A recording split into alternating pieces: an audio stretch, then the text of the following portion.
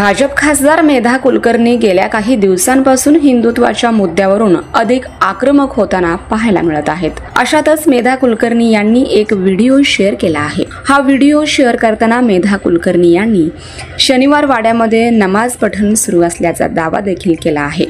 मेधा कुलकर्णी यांनी यापूर्वी सारसबाग परिसरातील खाऊ गल्लीमध्ये विशिष्ट धर्मीयांच्या होणाऱ्या गर्दीबाबत प्रश्नचिन्ह उपस्थित केला होता। त्यानंतर वक्फ बोर्डाकडून सामान्यांच्या जमिनी हडप करण्यात येत असल्याचा देखील दावा त्यांनी केला होता। त्यानंतर आता शनिवार वाड्यामध्ये नमाज पठण सुरू असल्याचा दावा करणारा व्हिडिओ मेधा कुलकर्णी यांनी आपल्या सोशल मीडिया अकाउंटवरती शेअर केला आहे। व्हिडिओच्या आधारे शनिवार वाड्यात नमाज पठण चालणार नाही, हिंदू समाज आता जागृत झाला आहे असे मेधा कुलकर्णी यांनी स्पष्ट केले। याबरोबर त्यांनी चलो शनिवार वाड्याची हाक दिली असून रविवारी सायंकाळी त्यांनी कसबा पोलीस ठाण्यासमोर एकत्रित येण्याचे आवाहन त्यांनी केले आहे। याबाबत कुलकर्णी म्हणाल्या, शनिवार वाडा हे पुण्याचे वैभव आहे, ऐतिहासिक वारसा स्थळ की गैर हिंदू प्रार्थना स्थळ असा सवाल देखील त्यांनी उपस्थित केला आहे।